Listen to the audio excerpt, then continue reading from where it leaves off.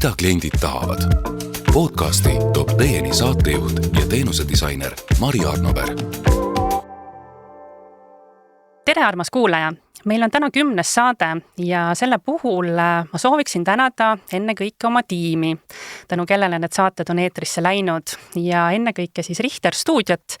Kui me nende saadetega alustasime, siis me seadsime üheks oluliseks kriteeriumiks hea heli ja ma loodan, et kuulaja on seda ka osanud hinnata. Ja lisaks tahaksin tänada Albert Kersnat, kes on meile siis videoklippidega sotsiaalmeedia tuge pakkunud, nii et aitäh teile. Aga neid saateid ei oleks ka mõtet teha, kui meil ei oleks kuulajaid ja mul on tõeliselt hea meel tänada sind, kes sa oled otsustanud kuulama jääda ja oled saatnud ka väga liigutavaid tagasisidet, nii et ma väga tänan. Ja olen alati olnud seda meelt, et ma tegelikult tahaksin väga nagu oma kuulajatega olla ka kontaktis, et neid paremini mõista. Nii et tänase saate puhul ma teen ühe üleskutse, et kliendiuuringute Facebooki lehel on nüüd üleval üks väike küsitlus, saad ennast kirja panna ja asja mõte on siis vaadata, et mis formaadis me võiksime kohtuda. Saad kaasa rääkida sisus ja kuupäevas, nii et oled teretulnud ja mina olen väga avatud, et kuhu me sellega jõuame. Nüüd aga tänase teema juurde. Mida kliendid tahavad väärikalt vananedes ja milliseid teenuseid siis peaks vanemaealistele silmas pidama? Et ühest küljest tundub, et vananemisest on nagu kõik teadlikud ja sellest me räägime palju, aga tegelikult me räägime vist rohkem, mulle tundub, tagajärgedest, et mitte sellest, kuidas siis seda täisväärtuslikku elu elada. Ja selle teema alla tegelikult tuleb siis palju erinevaid selliseid märksõnu, et me räägime kasutajasõbralikust tehnoloogiast ja elustiili muutusest ja paindlikust elukohast ja kuhugi kuulumisest ja vajalik olemisest ja tervisest ja transpordist ja ühesõnaga kõigest ilmselt me täna ei jõuagi rääkida. Aga mul on hea meel, et tänases Eestis me oleme nüüd järjest rohkem rääkimas ligipääsetavusest, aga väärika vananemise puhul on neid teemasid nagu tunduvalt rohkem. Nii et mulle tundus, et tänast teemat on hädasti vaja selleks, et me hakkaksime rohkem siis mõtlema teenuste arenduse seisukohalt. Ja mul on täna siis saates väga hea meel tutvustada kahte inimest, kellega me kohtusime siis sügisel Pärnus häkatonil, kus me siis neid teenuseid arendasime ja sellest juba õige pea lähemalt, aga minu vasakul käel on Kristi Kuusmi-Korav Tartu Ülikooli Pärnu kolledžist ja hõbemajanduse valdkonna kogukonna juht, siis häkatoni korraldaja ja lõpetanud ka tervisejuhtimise eriala. Tere! Tere! Ning minu paremal käel on Marika Lillemets, eluaegne ajakirjanik, meediaõppejõud, konsultant, osales häkatonil, aga on tegelikult nende teemadega olnud lähemalt seotud muud moodi. Nii et tere! Tere päevast! Ja esmalt ma tahakski küsida, et kuidas teie ennast täna tunnete, et mul oli just siin ühe sõbrannaga, kes on 50+ ja ütles, et nende teemade peale peaks nagu isiklikus elus hakkama mõtlema, aga siis kõmm on kas see 50 või 60 või mis iganes number ees ja siis nagu tundub, et äkki oled hiljaks jäänud. Et kuidas teie ennast täna tunnete? Tänan küsimast pisut nohuselt, mida ilmselt on ka läbi mikrofoni kuulda. Tõepoolest, asjast peaks rääkima siis, kui inimesel on veel nii oskusi kui jõudu oma elukaare kujundamisel. Ja ma arvan, et ei ole üldse liiast hakata tegelikult mõtlema selle peale, kui sa oled 40. Kas me oleme seda teinud? Ei, me ei ole. Ja selle tõttu oleme me täna seal, kus me oleme ja ka riigina me ei ole seda teinud. Et siiamaani on Eesti riik vaadanud 50 pluss või 60 pluss inimest eelkõige selle järgi, kas ta on abivajaja, kui vilets ta tervis on, kuhu teda paigutada, kuidas omaste hooldusega on, aga tegelikkuses on väga palju selliseid inimesi ka kõrges vanuses, kes on võimelised panustama ühiskonda ja kelle üks suuremaid probleeme on see, et on kõrvale jäetud. Kas ta on mingil põhjusel jäetud tööst ilma ega ole suutnud pärast konkureerida enam noortega, ei ole teda õigeaegselt ja õige metoodika järgi õpetatud, näiteks digitargaks. Seal on väga mitmeid asju, mille kohta võiks öelda, et ilmselt on see ennetustegevus ja eelkõige on see märkamine, arusaamine, et paljud inimesed vanemas eas ei ole niivõrd mitte kehalt haiget, kuivõrd vaimult. See tähendab, et nad ei tunne oma vajalikkust, nad satuvad depressiooni, nad muutuvad apaatseks ja seda peaks ennetama. Just, et me nagu justkui ei ole ette valmistatud selleks eluetapiks, et kui töö saab läbi, aga mis siis edasi? Kuidas sinuga, Kristi? Jaa, võib-olla minu mõte liigub sinna, et tihtipeale on ka see, et vanus ei väljenda ainult numbris, et me võime tunda ennast vanana võib-olla mõnel hetkel, kui me oleme 50-sed ja on inimesi, kes võib-olla 90-aastaselt ütlevad, et nad ei ole absoluutselt vanad, on ju, et tegelikult ongi seal hästi palju selles, et milline on meie füüsis, kui palju me oleme võib-olla oma elus iseenda jaoks teinud, kui rõõmsad me oleme, kui palju on meie kõrval inimesi, kui palju oleme me rakendatud kas siis tööalastesse tegevustesse, vabatahtlikku tegevusse, et seal on nagu väga palju selliseid näitajaid, et mingil ajahetkel me kindlasti hakkame rohkem selle peale mõtlema kui noorena, et siis tundub nagu kõik hästi pikalt ees, on ju, aga mingil ajahetkel me jõuame sinna, kus me saame aru, et tegelikult me ju ei elagi nagu lõputult ja siis võib-olla tekib see vajadus iseenda eest rohkem nagu hoolt hakata kandma. No mina olin selles mõttes teoorias hästi tugev, et ma tahtsin omale 40. sünnipäevaks teha sünnipäevakingi, et teen oma siis nii-öelda vundamendi või sellise füüsise, et viin ennast nagu jõusaalis heasse vormi ja millegipärast ma tekitasin sellega endale nii suure pinge, et nagu mõneks aastaks ma lihtsalt ei suutnud isegi sealt uksest sisse minna, eks ju. et tuleb võtta nagu rahulikult, aga tegeled ja ma olen mõelnud ka selle peale, et mul on vist vedanud, et mul on olnud sõbrad alati vanemad, et neid on alati nagu hea olnud kõrvalt vaadata, seal 5, 60, 80-sed ja isegi vanemaid, et vanemad nüüd jah, nagu veel lisaks seal tennisele ja siis ujumisel hakkasid käima kergejõustikutrennis 70 pluss, eks ju. Et siis mõtled, et isegi ei jõua, et kuidas nemad veel. No mina olen siin laua taga ilmselgelt sihtrühma esindaja, kohes on 68 ja minul on jälle vedanud elu teises pooles, sellepärast, et mul on sõbrad kõik nooremad. Ja 2018. aastast ma tegelen ka sellises MTÜs nagu Kuldne Liiga ja esiotsa, kui me vaatasime, et peaks tegelema just inimestega, kes on jäänud töölt kõrvale, aga ise on alles 50 pluss. Eriti heitunud tundusid tookord olevat mehed. Nemad ei julge ju tunnistada oma probleeme, eks ole, valdavalt ja siis nad on sellised pahurad ja ei taha kellegiga tegeleda. Ja kui me hakkasime süvitsi minema selle teemaga, siis me saime aru, et tegelikult on heasõbralik ühiskond, see ei pea üldse ainult vaatama vanemaealise, vaid igas eas on inimestel probleeme, samamoodi ei saa noored tööle, öeldakse, et kus on teie töökogemus ja keegi esimesena tööle ei võta. Vanemaealiste puhul on eelkõige siis see, et tegelikult peaks väga mitut aspekti korraga vaatama, nii see ligipääsetavus, aga eelkõige just see sama, et elatustase ei kukuks sedavõrd, et inimesel tekib tunne, et on täiesti mõttetu. Vanad inimesed väga sageli tunnevad, et noored teevad oma asja, sageli nad on isegi välismaal ära, küll saadetakse raha, aga seda tunnet, et sa oled olemas kellegi jaoks, elu mõte kipub ära kaduma, et see on see koht.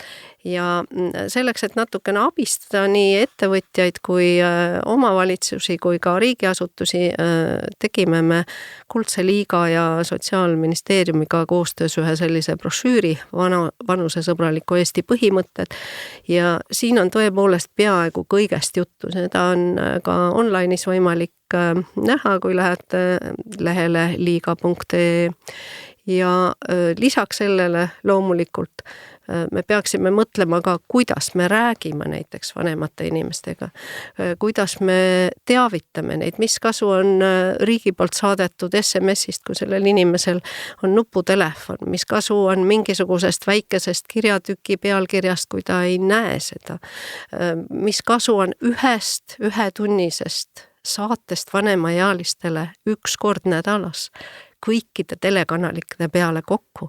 Järelikult me alles hakkame aru saama, et see sihtrühm vajab midagi ja see ei tarvitse iga kord olla mingi terviseabi, vaid eelkõige tekitada tunnet, et ta on ühiskonnaliige.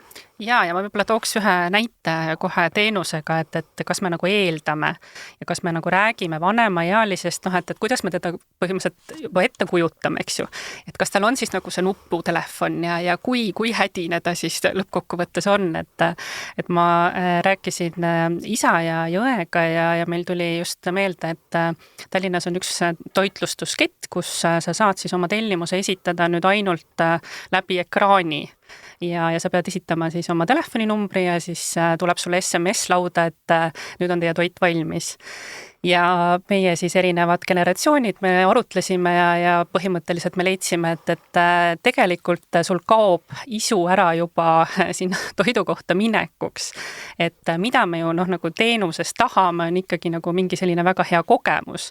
Ja siin ei ole isegi nagu vahet, et ka mina võin näiteks öelda, et ma täna üldse nagu telefoni kaasa ei võtagi. Või ma tahan, et ikkagi inimene minuga tegeleks, et see ei ole ainult, et nüüd vanemaealised on kuidagi sellest teenusest ära lõigatud, on ju. Siia võiks juurde lisada seda, et siiamaani on Eestis peaaegu kõik sotsioloogilised uuringud lõppenud vanusega 74. Ehk siis me päriselt ei tea, mida need inimesed vajavad, sest me ei ole seda nende käest küsinud. Ja seal on ka väga erinevate vajadustega inimesed, et see vanus üksi ei ütle, et ma nagu oma vanemaid vaatan, siis nad kappavad mööda maailma ja ei jõua neil isegi järge hoida, et kus nad parajasti on või mis nad teevad. Kristi, kas sul tekkis mõtteid? Ja Marika rääkis sellest heasõbralikust ühiskonnast, et tegelikult heasõbralik ühiskond tähendabki seda, et mitte ainult vanemaealised ei ole siis nagu eelistatuna, vaid et ka heasõbralik, kui me juba vanemaealistele loome seda keskkonda, me loome seda keskkonda ka, ütleme, väikeste lastega emadele ja nii edasi, ütleme, liikumispuudega inimestele. Et kõik võidavad? Kõik võidavad, absoluutselt. Ja kui mõelda nagu seda keskkonnadisaini, siis võib-olla ongi, et väga lihtsad asjad on ju, et üks on see ligipääsetavus nagu selles mõttes, et me saame kas ostukeskusesse või me saame kuskile, ma ei tea, mingisugusesse avaliku teenuse majja sisse. Teine on see, et kui me lähme näiteks kas või mingit raviteenust saama, et meil sildid on ukse peal suurelt, et me nagu tõepoolest näeme, et mina olen jõudnud ka sinna teise nii-öelda elupoolde juba ja samamoodi, et meil need füüsilised, ütleme silmanägemine, meie kuulmine, need lihtsalt lähevad halvemaks, see on naturaalne, see lihtsalt ongi niimoodi, et siin ei ole midagi teha, on ju, et meie füüsis lihtsalt nagu lähebki veidi aeglasemaks ja võib-olla me kõike enam nii teravalt ja hästi ei näe, ei kuule, on ju, et see on nagu loomulik elu osa, on ju. Et ongi, et teenuste puhul võib-olla peakski siis nagu ka mõtlema selle peale, et need asjad oleksid näha, võib-olla kus on vajadus nagu, et nagu kuulata, et siis me ka kuuleksime neid asju, on ju, ja teisest küljest ka see, et kui meil ongi tekkinud mingisugune liikumisvaegus, on ju, et siis meil on ka võimalus niimoodi liikuda, et ma lihtsalt toon oma näite sellest suvest, kui mul oli põlvevigastus ja ma käisin juulikuus operatsioonil, siis tegelikult see kõik, mis sellele eelnes, siis ma sain aru, mis tähendab seda, et kui sa ei jaksa kõndida enam 100 meetrit lihtsalt ilma abita, et mis see tegelikult tähendab meil nagu siis ütleme linnaruumis või siis ka sellistes ühiskondlikes hoonetes. Absoluutselt ja pärast need põlve, et kui mina tean ka näiteks, et minu naisliinis on just need põlved nagu nõrgad kohad, et ma juba nagu tegelikult tean kuidagi nagu valmistuda, et äkki teeks rohkem kükke ja nii edasi. Aga ka näiteks nägemine, et ma sel aastal või siis eelmisel aastal lasin välja kirjutada esimesed prillid ja ma ei ole neid väga nagu agaralt veel kasutanud, aga ikkagi hakkad nägema, et see käsi jääbki lühikeseks ja mis iganes, et me ikkagi hakkame rohkem ikkagi asjadele tähelepanu pöörama, kui kui see puudutab meid ennast, eks ju. Et just vaatasin, et Jamie Oliver on hakanud nüüd ka rääkima just sellest nagu tervislikust nagu elu lõpu toitumisest, et kuna ta ise ilmselt on sinnapoole liikunud ja nii edasi. Aga Marika, sa oled teinud ikkagi väga suure ja olulise töö, mulle tundub, ära. Et kui te seda kokku panite, seda ja mulle meeldib, et ta ei ole väga mahukas, et ta on just nagu selline, et jõuad süveneda ja sellest ülevaate endale kiirelt tekitada, aga et mis see üllatav osa sellest oli, et Jaa, see on tegelikult soovituste kogu nii riigiasutustele, omavalitsustele, vabaühendustele kui ka ettevõtjatele ja need 8 punkti, avalik ruum, transport, liikumus, eluase, sotsiaalne osalemine, elukestev õpe, sotsiaalne kaasatus, mittediskrimineerimine, tööhõive, kodanikuaktiivsus, kommunikatsioon ja informatsioon, tervishoid ja sotsiaalne kaitse. Need on tegelikult üleilmsed WHO kriteeriumid. Ja siia sisse on siis kirjutatud soovitused näiteks soodustada aktiivset, sobilike ja toetavate võimaluste loomist, erinevaid liikumisradu luues, vaadates, et oleks pinke piisavalt, kus istuda, et oleks varjualuseid, kui on liigne päike või tuul või vihm. Siis kuidas kujundada sellist ruumi, näiteks uuselamutes peaksid olema tubade vahelised sellised nagu vaba liikumise võimalusega teed, kuidas me saaksime näiteks ratastooliga vannituppa ja muu säärane. Aga siin on ka näiteid, näiteks on olemas selline programm nagu Heasõbralik Tartu 2030, kus on proovitud siis mitmeid siia juba pakutud variante nagu ellu viia. Siis on olemas osades MTÜ tüüpi asutustes on ka olemas sellised nagu vanemajaliste teenusmajad, mis ei ole päriselt see päevakeskus, aga ühesõnaga, kuhu sa võid tulla ka, kui sul on tarvis näiteks lasta seal puid lõhkuda või tahad teada, et kas kuhugile minnakse teatritruppi vaatama või ühesõnaga selliseid näiteid, kus sa ikkagi saad osaleda ja KOV-ide juurde on loodud siis ka vanemaealiste nõukogusid just selleks, et aru saada, et kas tõepoolest on midagi, mida me siiani teinud ei ole, sest Eesti seadused on siiamaani nagu keskendunud noortele ja tegelikult kui vaadata meie vanuselist koosseisu ühiskonnas, siis midagi ei ole teha, aga ka vanematega tuleb arvestada. Nii et see on nagu täis erinevaid näiteid erinevatest Eesti omavalitsustest ja ettevõtetest ja just erialaselt ma ütleksin seda, et kuidas õpetada näiteks vanemaealisi digipädevaks ja kuidas kaitsta neid pettuste eest ja muud säärast, mis on väga aktuaalne, on see, et neid ei saa samamoodi õpetada nagu 20-aastaseid, et töökohad peavad mõtlema tänases tööjõupuuduses, et on natukene tarvis mõelda sellele ja pisut panustada, et see tasub ennast ära, sest 50+ inimesed on väga lojaalsed. Nad on kasvatanud suureks oma lapsed, võib-olla paljudel veel ei ole lapselapsi, ehk see on kõige magusam aeg töö tegemiseks, liiatigi teadmised, neid on ju kogunenud. Just. Mina olen just mõelnud, et kas me jõuame ka sinna, et me selles vanuses võib-olla saame hakata rohkem nagu mentordama või et meilt võetakse töökohal natukene nagu koormust vähemaks, et sa ei pea nagu turasel jänes ringi jooksma, kui sa ei taha. Aga et just seda kogemuste pagasit ja jagada, jah, no mina võin seda öelda, et ma olen võtnud oma elus igasuguseid lisaülesandeid, kuigi keegi neid mulle otseselt pannud ei ole, sest kahjuks ma olin alles 44, kui mul võeti sisuliselt ETV-s saate tegemise võimalus ära ja siis mul ei jäänud midagi muud üle, kui ma tegin oma ettevõtte 23 aastat tagasi. Ja selle kaudu olen ma siis nii koolitusfirmadele kui ülikoolidele, kui ettevõtetele nõu andnud kommunikatsioonis ja ajakirjanduse poole pealt ja näiteks praegu me teeme ühe seltskonnaga uut startupi, mis just ongi suunatud sellele, et võimalikult hakata ilmselt tootma programmi vanemaealistele. No sa oled väga hea näide sellest, et kuidas ise väga ettevõtlikult asju lahendada, aga tõenäoliselt on nagu palju ka neid, kes ise seda kõike ei oska, eks ju, ja et me tegelikult riiklikult peaksime siis ka teiste peale mõtlema.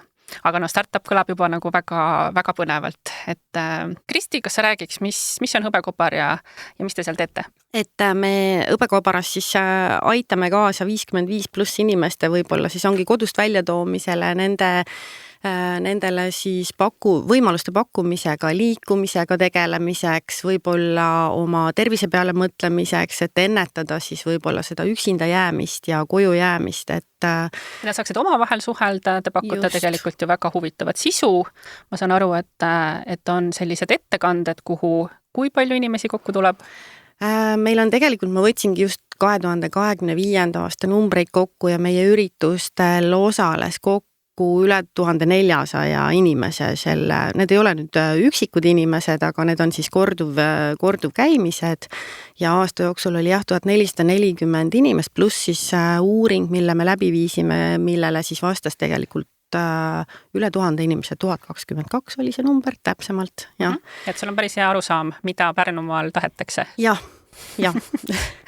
ja sa sellest tulenevalt ka tegelikult vist selle Eakatoni ellu kutsusid. Ja võib-olla kui jõuda selle Eakatonini, et siis võib-olla see teekond, mis on olnud, et see projekt, milles nüüd mina olen siis osaline olnud kogukonna juhina alates maist 2024, me alustasimegi Pärnumaal kaardistamisega, et milliseid teenuseid üldse pakutakse 55+ inimestele. Milliseid teenuseid on olemas, milliseid võimalusi, kas nad tegelikult leiavad need üles, mis on võimalik leida siis interneti kaudu, kui palju üldse inimesi internetis seda otsib.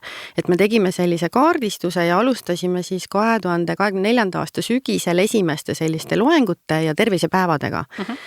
Ja sealt edasi oli arusaadav, et tegelikult see vajadus on meeletult suur, et inimesed küll teevad mingisuguseid tegevusi iseenda siis aktiivsena hoidmisel või sotsiaalsel suhtlusel või siis teavad ka, et milline võiks olla see tervislik toitumine, aga tegelikult neil oleks vaja sellist nügimist ja võib-olla abi.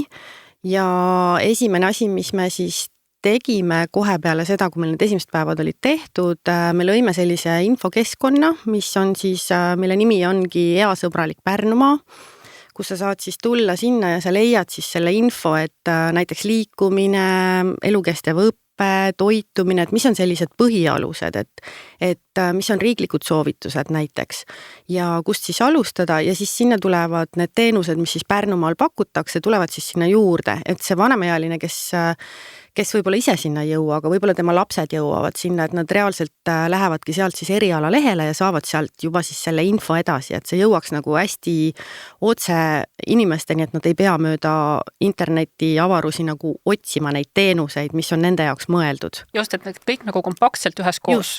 Ja sealt edasi tuli meil siis meil oli siis selline üritus, mis oli liikumise ja heaolu inspiratsioonipäev, Restart 50+, kus me siis kaasasime ka juba 50-aastaseid inimesi ja tõime nendeni siis kohalikud ettevõtjad, et näidata, millised võimalused meil Pärnumaal on. Kuna kõik ei mahu ühte tuppa, siis oli seal tõesti me proovisimegi erinevaid asju tuua, et liikumisvõimalusi, toitumisvõimalusi, hea unevõimalusi, heaoluteenused, kuna meil on Pärnus ka ju 9 spaad, kus on võimalik võtta heaoluteenuseid tegelikult ja iseenda eest nagu hoolitseda. Ja sealt edasi siis tuligi see küsitlus, et mis me tegime siis Pärnumaa inimeste seas, et tegelikult saadagi teada, mida nad teevad enda jaoks juba, mida nad ei tee, kui nad ei tee, miks nad ei tee. Ja selliseid küsimusi siis erinevates nagu kategooriates. Ja siis me jõudsime läbi selle uuringu, jõudsime sinna, et tegelikult me peame kutsuma kokku need inimesed ja hakkama ise siis nende soovide kohaselt looma neid teenuseid. Nagu teenuse disainis kohane. Ja ma tõssin näppu selle koha peal, kus sa rääkisid, et teil on seal Pärnumaal palju spaasid ja ma osalesin ka sellel samal Eakatonil ja ja selgus, et spaad kipuvad meil tühjaks jääma, eriti need, mis on juba ammu ehitatud ja ei ole võib-olla kõige moodsamad. 2 põhjusel eelkõige, kuna hinnad on nii kõrged, et omad inimesed ei jaksa väga käia ja soomlased ka ei jaksa.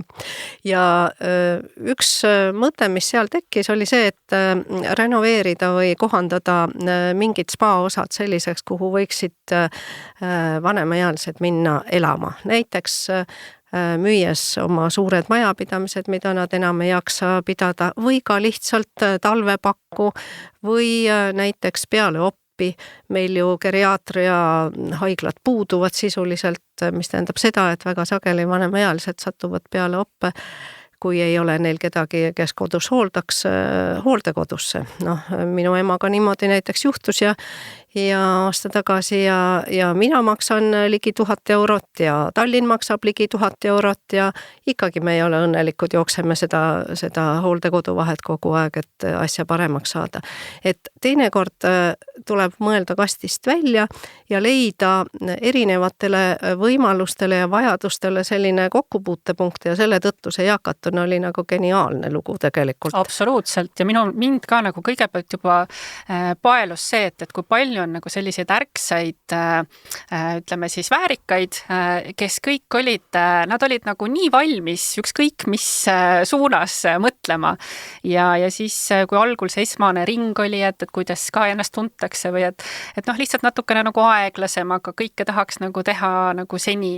Ja mis mulle ka väga teie rühma selle töö puhul, et tõesti seal ju tuli neid vajadusi väga ilusti välja, millele võib-olla nagu kogu aeg ei mõtle, et sul on tõesti nagu need suuremad küttekulud talvel kodus, et äkki neid saaks kuidagi jagada või et sa jääd leseks ja sa ei taha tegelikult üksi kodus olla, aga jälle, et meil ei ole seda kogemust, et kuidas ma siis saan olla seltskonnas ja võib-olla ma saaksin ka sellist psühholoogilist nõu, aga näiteks Eesti mees, kas ta üldse oskaks nagu psühholoogilise abi poole pöörduda ise, aga kui ta on keskkonnas, võib-olla, miks mitte, eks ju.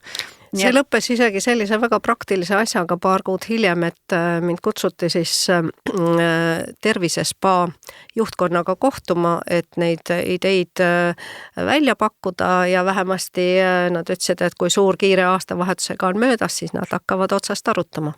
Ja üks, mida ma võib-olla kuulajale ka veel rõhutaks, et mis mind nagu, mille peale ma näiteks ei olnud mõelnud, et kui meil nüüd seal tekib seda aega juurde, aga et kui me siis otsustame minna sellisele pinnale, et kõige eest on hoolt kantud, et siis ei pruugi olla see kõige parem lahendus, et kõige eest on. Et näiteks seal tuli minu meelest just see, et kui sa oled kokkaja või nagu söögitegija, et sulle meeldib, sa naudid seda protsessi, siis on päris suur osa tegelikult ka sinu päeva sellisest tegevusest ja kui see nagu ära võetakse, et mis ma siis teen, eks ju. Et sellised hetked, kus tuleb asjad nagu läbi mõelda, et mis see teenus ikkagi siis nagu tervikteenusena olema peaks.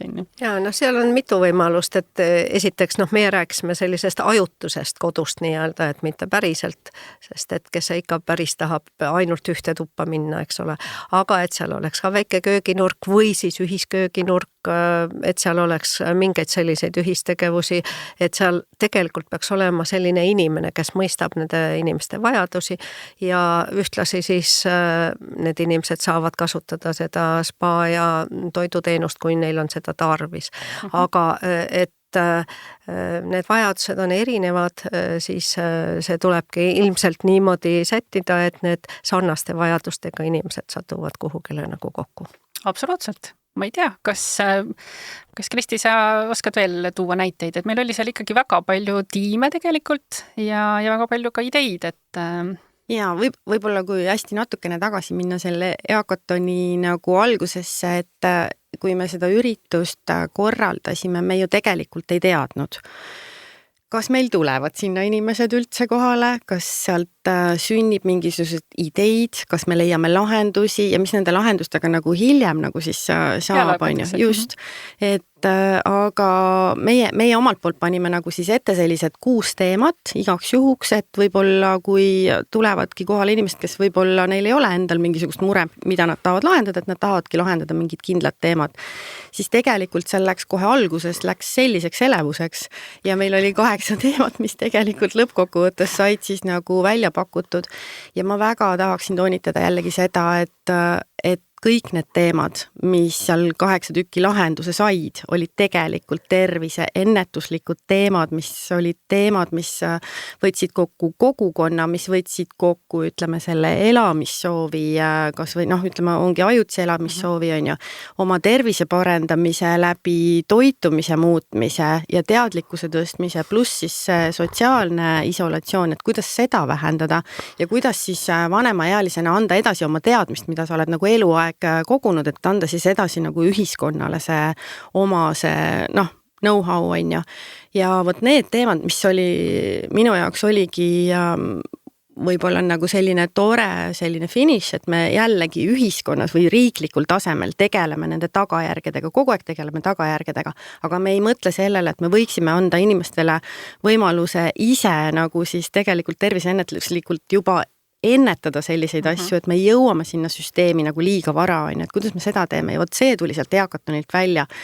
Ja need arutelud olid väga tulised ja need esitlused olid väga ägedad, et sealt tuli väga palju lahedaid ideid, et võib-olla kui konkreetselt tuua, et siis oligi üks oli see, et me rääkisime seda, et vanemad inimesed ei ole väga digipädevad, et võib-olla nad ei kasuta neid nutitelefone, nad ei käi on ju arvutis nii tihti, et kuidas siis näiteks televiisor, mis on nende sõber kodus on ju, et kuidas läbi selle lahendada selliseid probleeme, et kui nad näiteks unustavad oma tablette võtta või kui nad tahavad oma pojale helistada, nad ei saa aru, miks nad poega kätte ei saa, siis selles kalendris, mis on sinna televiisorisse paigutatud, öeldakse sulle, et su poeg praegu lendab, ma ei tea, Kanadasse või Shanghaisse on ju, läheb töövisiidile, et ära praegu talle helista on ju, et sellised nagu perekonna või sõpradega koos juba ettevalmistatud nagu teadmised, mis siis tulevad läbi televiisori on ju, siis üks asi oli digipult, mis on siis ostukeskuses või ta võib olla mingisuguses toidupoes, et kus sa saad tegelikult teada, mis sinu lähedal toimub on ju,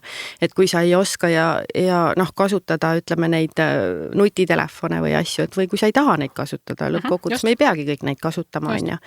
Et siis on sul võimalik sealt saada seda infot. Ja neid teemasid oli kokku 8, et need olid väga ägedad ja nendele kõigile leiti tegelikult lahendus reaalselt seal 2 päeva jooksul sellised tormise arutelu ja ka mentorite, ütleme, abiga, on ju, et jah. Üks väga oluline märksõna minu meelest on see, et eelkõige pered ise peaksid, et lapselapsed ja vanaemad nii-öelda ja vanaisad saaksid omavahel läbi, saaksid üksteisega suhelda, et saaks üksteist abistada, ühed siis oma elukogemuse ja teised siis võib-olla tõesti igasuguste uute tehnoloogiate teadmisega. Mis tähendaks, minu jaoks tähendaks seda eelkõige, et need inimesed, kes jõuavad teatud väärikasse ikka, et nad on järjepidevalt osaliselt selles elus. Et mitte ainult siis, kui on vaja laps üle nagu lävepakku visata, et siis on vanaemast asja, vaid et tegelikult oleks ikkagi aru saada, et me kõik koos moodustame midagi, mis on nagu väärtuslik. Ja seda sama ma tahaksin soovitada ka erinevatele nagu töökooslustele, sellepärast, et tunduvalt rohkem huvitavad ideid tekib siis, kui on erinevas vanuses ja erinevate elukogemustega inimesi. Et kui me kõik oleme see tasapaks nii-öelda, siis selle juures need ideed võivad olla ka üksteist kordavad. Et ma väga kutsun üles mitte heitma kõrvale inimesi nende vanuse pärast. Ja võib-olla see, ma ei tea, millest see tuleb, et see, et me lahendame ikka neid tulekahjusid, kõik on eilseks vaja, me ei ole nende asjade peale mõelnud, keegi tuleb oma ebamugava teise vaatenurgaga, mis me siis edasi peame tegema, eks ju? Eks me õpime ühiskonnana samamoodi, et ega siis kõik asjad ei tulegi ja ütleks nii, et alles praegu võib-olla hakatakse sellest aru saama, et see on ressurss, mitte ainult probleem. Absoluutselt. Ja ma ikkagi mõtlen, et ma ei tea, me oleme 2026 aastas ja et kuidas me nagu ikka veel nende teemadega tegeleme, et me võiksime olla juba 5 sammu ees, aga oleme siis siin, kus me oleme. Ja selles mõttes jah, teie nagu eakaton oli tõesti hea näide sellest, et kuidas siis nagu see ratas niimoodi veerema panna, et me saame vajadustest aru, meil on inimesed kaasatud, aga mis nüüd nagu siis edasi juhtus, et kindlasti kõigil jäi nagu see küsimus kõhku, et kas siis meie ideest ka midagi nüüd nagu sai või?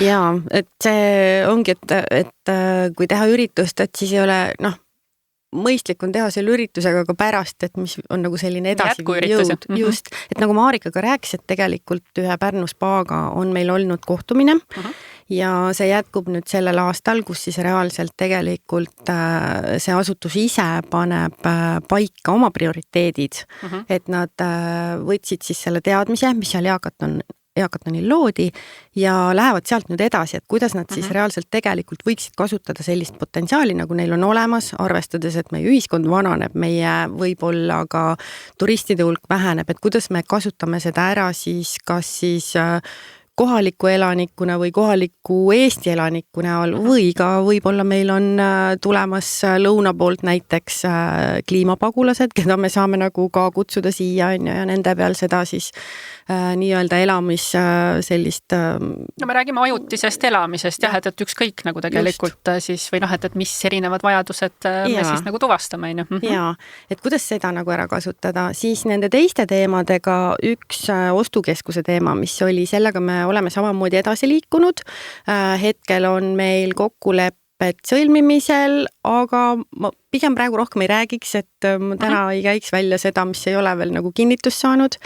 Siis need teemad, mis olid ennetuse teemad, mis tegelikult võiks viia riiklikule tasemele, siis need oleme rääkinud Sotsiaalministeeriumi esindajaga, on tegelikult need üles tõstetud ka meie uue terviseportaali nagu võtmes, aga ma ütleks niimoodi, et selliste ideedega on väga raske riiklikul tasemel nagu kuidagi sisse tulla.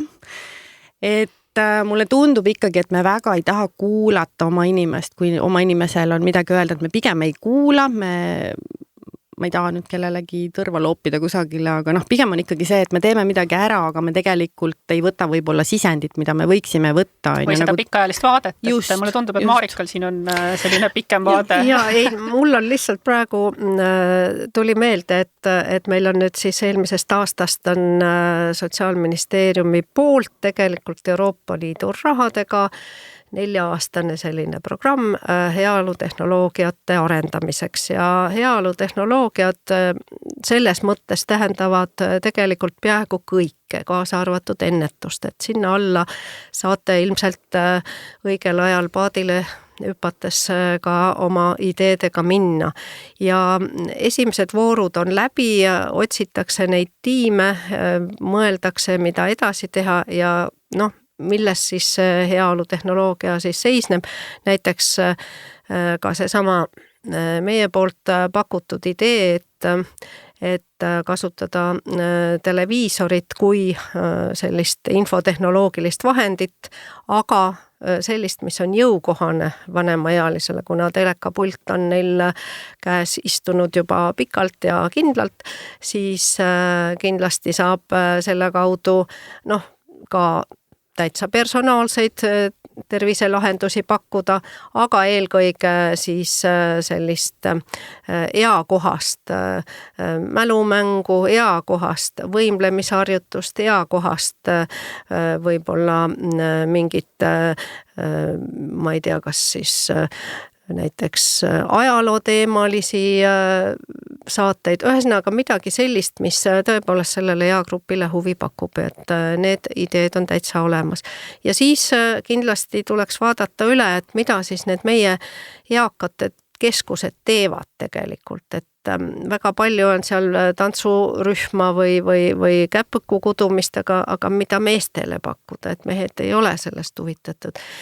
Teine pool on siis need eakate akadeemiad, mis on väga tore, inimesed istuvad ja kuulavad tundide kaupa, lähevad ära, neil on tunne, et nad on saanud targemaks, tegelikult meelde suurt midagi ei jää, et kuidas aktiveerida inimest, see, et ta ise annaks ka midagi juurde, mitte ainult ei tarbiks. Et see on tegelikult päris tõsine väljakutse. Jälle see inimese roll on ju, et mis rollis ta nüüd on ja mida ta tahab teha ja kus ta saab kaasa aidata ja kes on see, kes paneb lõpuks selle pusle kokku, on ju. Ja ma olen nõus Marikaga, et kui meil on nagu suured auditooriumid, kus me võib-olla lahkame ühte teemat, siis tegelikult see teadmine jõuab meieni, kas me oleme noored või vanemad, et see ei ole vanusegrupist on, aga et kui me tegelikult reaalselt nagu koondame sellised väiksemad huvigrupid, kellel on huvi mingisuguse kindla teema vastu ja üks idee on ka, mis me proovime nüüd Hõbekobaras algatada, on see, et me tegelikult võtamegi selle huvigrupi ühe selle kindla teemaga ja teeme siis selliseid kohtumisi, kus see inimene saab selle teadmise süvendatult ja ta tegelikult viib selle edasi oma kogukonda. Et see on võib-olla selline nagu ütleme võimestamine siis läbi kogukonna või läbi inimeselt inimesele. Selline jätkusuutlikkus. Just. Me võiksime rohkem vaadata nende riikide poole, kus ollakse kas harjutud olema pikalt vanemaealised, näiteks Jaapan, või ka rohkem kogukondlikud ja sotsiaalsed, näiteks Soome. Ja ka selles samas soovituste nimekirjas on mõnedki näited Soomest ja Jaapanist ja mida valdavalt seal tehakse, on just see, et katsutakse anda tegev roll vanemealistele endile.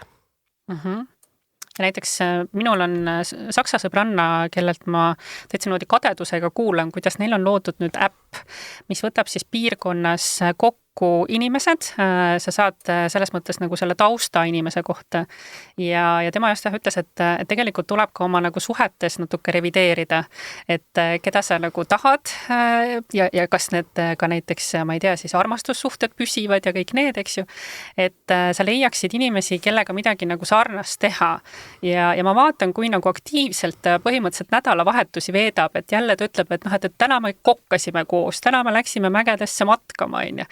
Et võt mina nagu tunnen just nagu mingist sellisest hästi nagu loomulikust, normaalsest ajaveetmise võimalusest, et ma pean nagu tunnistama, et kui keegi ütleks mulle, ma ei tea, 10 aasta pärast, et kuule, mine vaata sinna eakate keskusse, et seal on natukene nagu see brändikuvand ja et kas ma ikka nagu, ma ei tea, näen ennast nagu vanana või minu meelest nagu see põhiasi on see, et me kuidagi ise näeme ennast noorena, aga lihtsalt number on natuke vanem või nagu suurem, eks.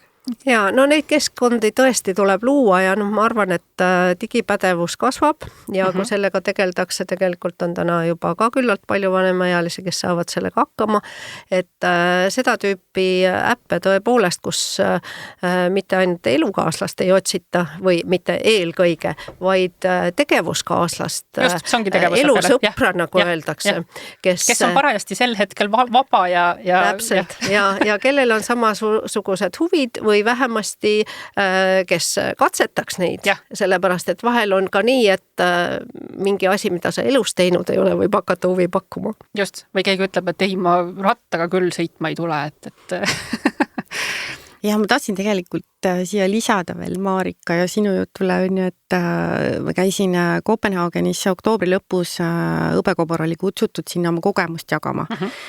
Ja seal oli selle 3 päeva jooksul, mis toodi hästi palju välja, on ka, et näiteks liikumistegevused, et kus ongi lihtne näide Iirimaal üks härrasmees, kes kogu aeg käis jooksmas, kutsus endaga kaasa siis sinna nagu väljaspoolt Iirimaad tulnud inimesi ja neil tekkisid siis sellised jooksugrupid, kus nad siis suhtlesid omavahel hommikul, on ju, mis tegelikult ka Eestis on, et see sotsiaalne eraldatus on nagu hästi suur mure. Et kui keegi jääbki üksinda, ma ei tea, kaaslane kaob kõrvalt ära, sõbrad on, ma ei tea, lahkunud, kolinud ära, et seal on nagu nii palju võimalusi või pere on kuskil välismaale ära kolinud, et sul ei ole seda oma ringkonda, et siis tegelikult niimoodi kaasata läbi mingite tegevust, üks on liikumistegevus, teine on sama võib-olla toidu tegemine, toidu valmistamine, on ju, et me saamegi tegelikult seda eraldatust ka vähendada, on ju. Ja seal muu kongressil oligi just see, et sellel on hästi tähtis osa, ja järjest rohkem tekibki selliseid kogukondi, kes üksteist aitavad. Et see on ka meil siin Eestis, me oleme küll sellised, et võib-olla me alati ei taha selle võõra inimesega minna, aga minu kogemus selle 1,5 aasta jooksul näitab tegelikult vastupidist. Inimesed tulevad kokku, nad leiavad seal üksteist ja tegelikult neil on vahva. Et jah. Võib-olla isegi võib küsida, et Marika, sa oled ju Tallinnast, et kuidas sa Pärnusse sattusid tol korral? Ma kohe ütlen, kuidas ma sattusin.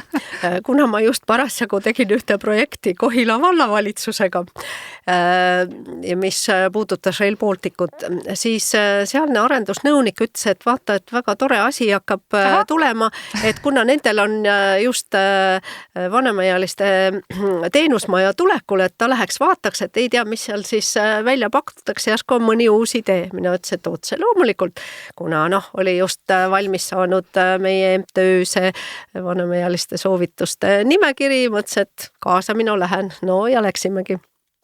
Väga hea. Suur reklaam töötas. Aga kas sa läheksid ka teine kord? Päris kindlasti ma läheksin, vaataksin, et tegelikult annaks edasi arendada seda spaade asja ja tegelikult annaks edasi arendada ilmselt ka üldse sellist nii-öelda kogukondlikku liikumist ja vaadata neid gruppe erinevalt. Pärnu on ju ideaalne koht, suvel ülerahvastatud, aga ka talvel ta on väga kaunis linn ja ma arvan, et seal on nii mõnigi potentsiaalne võimalus vanemaealistele, suurepärane teater, erinevad võimalused kunsti teha, aiandusega tegeleda. Ma arvan, et see on täpselt see koht, mis võiks olla näiteks selline nii-öelda vanemaealiste teenusmudeli labor, kuna teil on ju olemas seal see eakatega tegelev kogukond ja nii palju, kui ma olen aru saanud, on ka kohalik omavalitsus sellest huvitatud. Kas te olete Eestis kõige aktiivsemad?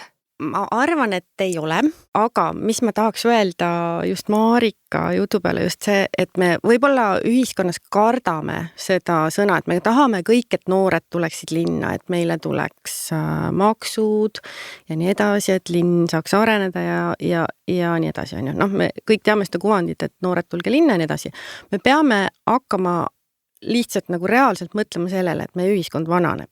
Ja me ei saa kõiki noori, ei ole see Pärnu, ei ole see Haapsalu, ei ole see Tartu võib-olla, kes kõiki noori, Tartus on nagu noori rohkem, on ju. Aga me peame arvestama sellega, et me peame seda sama ressurssi kasutama, on ju. Meil on vaja vanemaealiste ressurssi kasutada. Miks me ei julge välja öelda seda näiteks, võttes nüüd Pärnu aluseks, et kui sa oled aktiivne, su lapsed on suureks kasvanud, koli Pärnusse, eks ole, et miks me ei võiks olla see Eesti sinine tsoon. Täiesti vabalt võiksime olla, sest meil on absoluutselt kõik olemas. Meil on olemas liikumisvõimalused, meil on väga hea kergliiklusteede võrgustik, meil on spaad olemas, meil on rand, meil on teater, meil on kino, meil on kaubanduskeskused. Ideaalne elukeskkond. Ma juba mõtlen, kuhu ma peaksin kolima. Ideaalne elukeskkond tegelikult, aga kui me reaalselt julgeksime sellega välja öelda, et me ei taha ainult noori, vaid me tahamegi igas eas inimesi oma linna, mis tegelikult rikastab kogu seda elukeskkonda. Ja nüüd me jõuame strateegiani, eks ju, et mis on see pikaajaline vaade, kes ja miks ja millal, et siis hakkaks juba midagi looma, on ju. Ja näiteks elamuehituses võiks sellega arvestada. Väga laialt on levinud Skandinaavia maades sellised elurajoonid, kus on mõeldud vanemaealistele juba ja kuhu nad võib-olla ka tõesti suuremast majapidamisest kolivad paaritoalisse korterisse, mis on piisav. Võib-olla on seal püsivalt näiteks mettode või mingi punkt on igaks juhuks tagavaraks seal.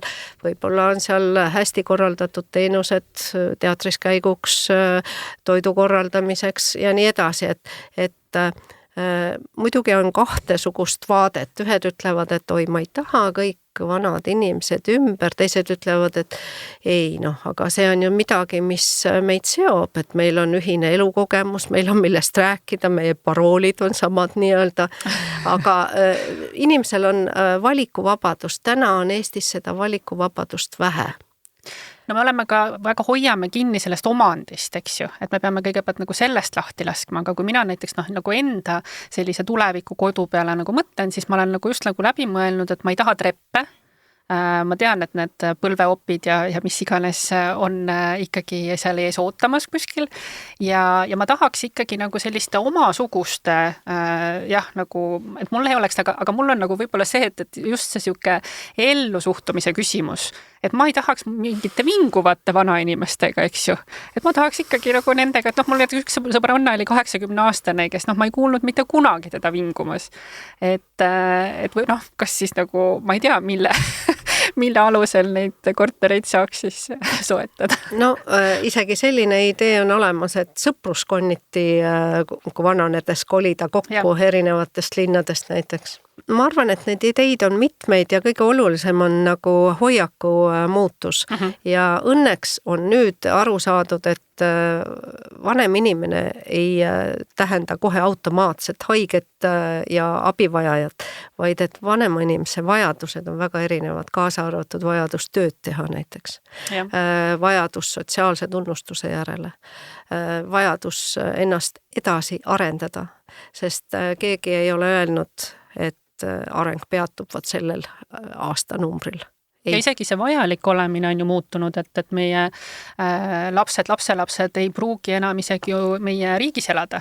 Et kui sa neid tõesti seal 3 korda aastas näed, et siis see vajalikkus ei ole see, mis ta on nii-öelda sinu koodi sisse kirjutatud, et vanaema peaks olema iga kell abiks. Ja minu puhul just see niimoodi on ja ma väga tahaks olla kogu aeg abiks, aga ma ei saa, eks ole. Ja samas see igatsus lähedaste järele on nii suur, et sa pead seda aega täitma, sa ei tohi minna nukrameelseks, sa pead aru saama, et inimesed on valinud oma elutee ja neil on selleks täielik õigus. Suure tõenäosusega, kui minu noorusel oleks võimalik olnud suvalisse riiki kolida, siis ma oleks võib-olla seda sama teinud, vähemalt mõneks ajaks. Jaa, nii et Kristi, kõlas ikkagi see, et me peaksime rohkem hakkama ennetuse peale mõtlema, et me peaksime oma mõtteviisi muutma, et ma ei tea, et kui me vaatame neid tagajärgedega, et ravimitööstus, kes tahab meie pealt väga teenida ja ei taha juurpõhjustega tegeleda, et mis mõtteid sul veel sellega seoses on, et kuidas me ikkagi saaksime seda oma eluiga pikendada, nii et me ennetame? Minul on võib-olla selline mõte, et võib-olla meil oleks vaja tõsta teadlikkust üldse, mis on tervise ennetamine, sellepärast et kui vaadata nagu sellisel riiklikul tasemel, siis mulle tundub, et me ei räägi sellest, me tegelikult ei ütle välja, mis asi on terviseennetus, et mul isiklikult tundub, et kui me räägime terviseennetusest, siis me räägime võib-olla sellistest ikkagi meditsiini mõistes sellest, aga terviseennetus tegelikult on kõik see, mis juhtub ennem seda, kui me sinna meditsiinisüsteemi peaksime sattuma. No varem või hiljem me kõik satume sinna, varem või hiljem meil on vaja meditsiiniabi ja nii edasi, aga mis me saame ära teha ise, et see toimuks võimalikult hilja. Et siin tulevadki mängu need liikumised, toitumine, uni, kõik need alustalad, mis on meie tervise alustalad. Milles me kõiges oleme nii tugevad. Jah. Teame, et 3 alustala, aga... Jah, aga ma arvan, et me ei räägi ka sellest väga palju, et me võiksime sellest nagu rohkem rääkida, et kui ma vaatan meie vanemaealisi, kes õbekobara raames käivadki nendel tervisepäevadel või liikumisüritustel, meil on Pärnumaa Spordiliiduga iga kuu meil toimub erinev liikumistegevus, et vanemaealised saaksid proovida erinevaid alasid, et mis neile meeldivad, sest mulle ka näiteks ei meeldi väga jõusaalis rapsida. Mulle ei meeldi joosta metsarajal, aga mul on ometi mingi tegevus, mis ju mulle meeldib. Et kuidas ma selle üles leian, et ma ei oska seda ise otsida. Ja siis me olemegi, Pärnumaa Spordiliit aitab meil siis leida erinevaid tegevusi, kuhu me siis kaasame vanemaealisi. Ja ma ütleks, et need on väga toredad sellised kooskäimised, inimesed pärast ju tulevad, ütlevad, tehke veel, tehke rohkem, kõik ei mahu sinna rühmadesse, et lihtsalt see ressurss on ka piiratud, et meil ei ole treenereid võib-olla nii palju, keda kaasata on ja võib-olla nii palju aegasid, et kõik trennid, mis on nagu vanemaealistele tehtud, tegelikult nad on täis, et kuidas me saame veel nagu luua, see on nüüd see, kus võiksid tulla ka tegelikult eraettevõtted, kes selliseid asju pakuvad, et kuidas me saaksime luua ja võib-olla tõstatadagi selle küsimuse ja nagu rääkida avalikult sellest rohkem. et kuidas me teeme seda, et me ühiskonnana seda loome. Võib-olla üks asi veel, mis mul nagu sedasi hinge peal on see, et kui meie inimressurss kahaneb, on ju, et Tallinn on suur ja Tallinn võib-olla läheb veel suuremaks, aga et kui me räägimegi väiksematest linnadest või hajaasutustest, et kuidas me ei rapsiks nii palju, aga võtaks siis selle inimressursi ja võtaks selle ajalise ressursi ja võib-olla vaataks siis ka seda, kus me saame neid tegevusi teha, on ju, ja mõtleks nagu selle süsteemselt läbi, et kuidas see nagu süsteemselt võiks tegelikult toimida. Jah, võib-olla just see, et meil on igal pool nagu ressurssi puudu, aga me ei ole osanud võib-olla nagu mõelda, et see on see ressurss, keda meil tegelikult on kasutada ja ma ei ütleks, et alati ka ju, et seal ei liigu raha. Et väga paljud on teinud kõik väga arukad finantsotsused ja see ei ole üldse mingi küsimus, eks ju. Aga lihtsalt jah, see meie suhtumine. No ma arvan, et rääkides tervisest tuleb meeles pidada, et meil on 3 sorti tervist. Üks on vaimne tervis, teine on füüsiline tervis ja 3 on sotsiaalne tervis. Selleks, et inimene tunneks ennast tervena, peavad kõik 3 olema korras. Ja kuidas selle sotsiaalse tervisega on? No sotsiaalne tervis ongi valdavalt see, eks ole, et kas inimene tajub ennast ühiskonnaliikmena, kas ta tajub, et temast on kasu, kuidas see kõrvalejäetus, kuidas see meeleolu, kõik see tekib tegelikult sellest. Inimene tahab olla vajalik, ta tahab anda oma elule mõtte.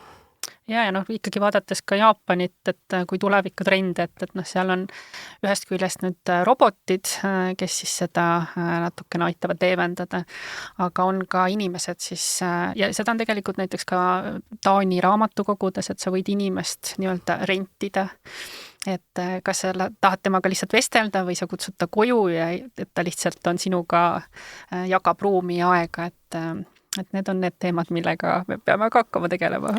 Ja et võib-olla üks mõte veel, mis ka Jaakatonil välja tuli, et tegelikult see vanemaealine ütlebki, et kasutage mind ka ära. Et kasutage mind ära selleks, et aidata teisi vanemaealisi, on ju. Et ongi see, et me peame ka leidma seal sellise, võib-olla ongi see kogukonna baasil, et kogukonnad on ikkagi need, et kogukond ei ole mingisugune inimeste grupp, kes käivad villaste sokkidega kusagil ringi, on ju, vaid kogukond on see, mis on meie ümber, on ju, ja kuidas me selle ise loome, on ju. Et kogukondi on erinevaid, et kuidas me seal saame tegelikult üksteist aidata oma teadmisi edasi anda ja tegelikult luua seda keskkonda, kus meil ongi hea olla. Nii et selles mõttes küll on teenusedisainist ilmselt abi, et tuleb lihtsalt see lähteülesanne ära sõnastada, mis ei pruugi siis olla see lõplik, mida hiljem nagu realiseerima asutakse, vaid tuleb just nimelt olla avatud, erinevad siis osapooled kokku kutsuda ja vaadata, et kuhu me siis sellega liigume. Aga selleks tuleb rohkem aega planeerida, et mitte nii, et meil oleks nüüd maikuuks uut teenust vaja, et nipin-nabin võib-olla jõuaks, aga võiks ka mõned teenused lihtsalt näiteks korda teha, et kui ei ole isegi nagu mõelnud, et vanemaealisele, et ta ei saa selle pärast kasutada, et mis iganes põhjusel. Ja selliseid vabatahtlikke gruppe nagu jututajad, näiteks inimesed, kes helistavad vanemaealisele, mitte ainult selleks, et vaadata, et on veel hinges, vaid lihtsalt ka sellepärast, et anda tema mõistusele tööd, küsida tema käest midagi lapsepõlvest, rääkida, mis iganes teemad siis inimest huvitavad. See oli mõned aastad rahastatud, nüüd minu teada sellest aastast jälle enam ei ole, mis tähendab seda, et hästi palju me peame üksteist aitama vastastikku mõtlemata rahale, sellepärast, et see ühiskondlik kasu on seda väärt. Just, väga ilus lõpumõte juba. Kas Kristi soovid veel midagi lisada? Võib-olla nii palju, et lihtsalt sellest meie küsitlusest, mis tuli välja, et kui me arvame, et inimesed on passiivsed, siis see tegelikult niimoodi ei ole, et nad tahavad koos käia, nad tahavad enda jaoks teha seda elu paremaks, liikuda, toituda ja kõik see vaimne tervis sinna juurde, on ju. Lihtsalt alati ei ole seda oskust või teadmist. Jaa, et ärme eelda ja ärme saa ise nii vanaks, et hakkame alles siis nende asjade peale mõtlema, vaid ikkagi õpime teiste riikide praktikast ja kaasame kaasame erinevaid osapooli ja teeme, kuidas see hea mõiste oli, et hea, mida me kasutasime? Vanusesõbraliku, jah, et vanusesõbralikke teenuseid võis nii öelda. Võis nii öelda küll. Jaa, nii et tutvuge siis nende põhimõtetega, tutvuge siis selle üleskutsega, pange ennast kirja, kui on huvi. Ja ma väga loodan, et sellised arutelud aitavad meid natukene nagu selle mõtteviisi muutmise osas, et äkki me ei ole lihtsalt nende asjade peale selliselt mõelnud. Nii et aitäh kuulamast ja järgmise korrani!